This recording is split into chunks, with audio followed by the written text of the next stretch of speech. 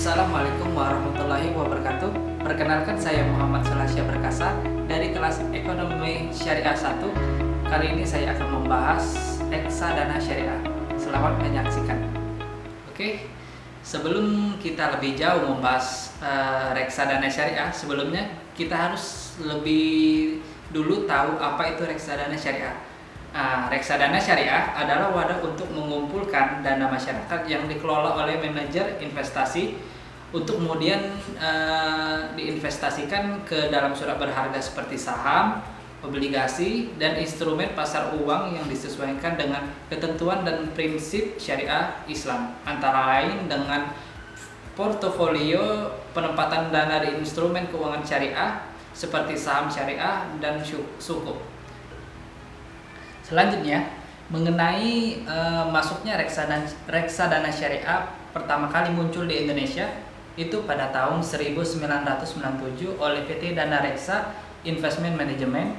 Selanjutnya Bursa Efek Indonesia bekerja sama dengan PT Dana Reksa Investment Management meluncurkan Jakarta Islamic Index pada tahun 2000. Tujuan reksadana syariah adalah untuk memandu investor yang ingin menginvestasikan dananya secara syariah.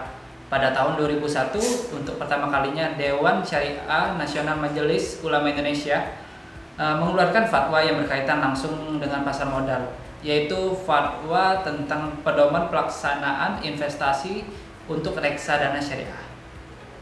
Reksadana syariah memiliki perbedaan dengan reksadana konvensional. Yang pertama itu pada prinsip pengelolaan. Reksadana konvensional dikelola berdasarkan prinsip kontrak investasi kolektif dan tidak berdasarkan prinsip syariah dan hanya diawasi oleh OJK.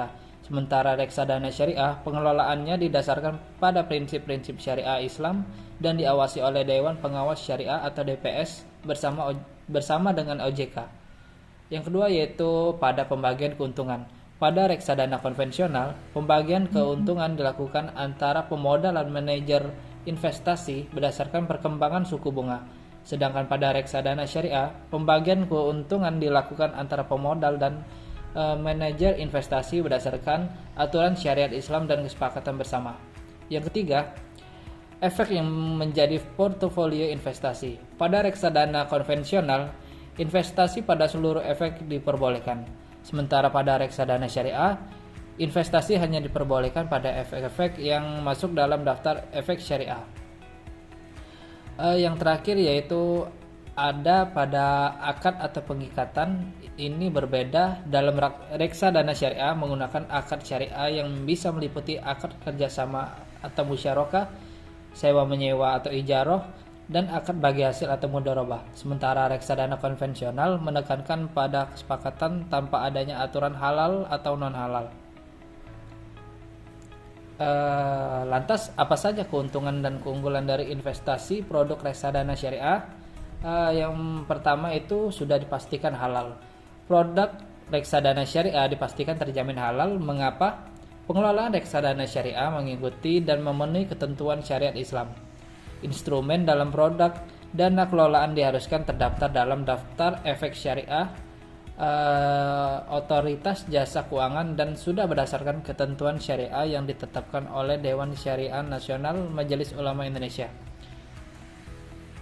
Oleh karena itu, kita sebagai umat muslim tidak perlu khawatir reksadana syariah tidak akan berinvestasi pada instrumen perusahaan yang tidak halal seperti perusahaan perbankan, rokok, hingga minuman beralkohol. Selanjutnya itu terdapat imbal hasil non-riba. Bukan hanya dari sisi pengelolaan produk, reksadana syariah juga memiliki imbal hasil atau return yang halal. Imbal hasil diperolehkan bukan dari bunga atau riba tetapi dari pertumbuhan aset-aset investasi. Selanjutnya itu reksadana syariah lebih aman karena pengawasan lebih ketat dari OJK dan DPS. Investasi reksadana syariah memiliki tingkat keamanan yang lebih tinggi. Ini disebabkan produk reksadana syariah memiliki pengawasan yang lebih ketat dari lembaga yang resmi dan terpercaya. Bukan hanya diawasi oleh otoritas jasa keuangan, reksadana syariah juga diawasi oleh Dewan Pengawas Syariah. Reksadana syariah memiliki risiko yang lebih kecil. Selain mendapatkan pengawasan yang lebih ketat, produk reksadana syariah bisa dikatakan memiliki tingkat risiko yang relatif lebih kecil. Ini lantaran portofolio investasi harus terdaftar dalam daftar efek syariah maupun portofolio perusahaan yang memiliki total utang yang lebih kecil dibandingkan asetnya. Jika ada keuntungan atau keunggulan dari reksadana syariah, pasti memiliki risiko. Nah, lalu apa saja sih resiko yang ada di reksadana syariah? Yaitu bisa dari penurunan nilai. Risiko reksadana syariah pertama ialah penurunan nilai, karena risiko ini dapat terjadi apabila harga unit reksadana sedang anjlok. Jika hal seperti itu terjadi, bukan tidak mungkin jumlah modal yang diinvestasikan pada reksadana berkurang nilainya. Yang kedua itu likuiditas. Likuiditas reksadana syariah dapat menjadi risiko karena ada kemungkinan pihak manajer investasi telat atau menunda pengiriman dana reksadana yang telah dijual ke rekening pribadi milik investor. Selanjutnya itu jika ada terjadinya wan prestasi. Sederhananya, wan prestasi dapat diartikan sebagai gagal memenuhi kewajiban, yakni gagal bayar. Oleh karena itu perlunya mempelajari track record manajer investasi dengan cukup detail. Pasalnya, untuk rugi investasi reksadana dipengaruhi secara langsung oleh manajer investasi pilihan kita sendiri. Baik, terima kasih untuk teman-teman semua telah menonton video ini. Semoga video ini dapat bermanfaat untuk teman-teman semua. Akhir kata saya ucapkan Assalamualaikum warahmatullahi wabarakatuh.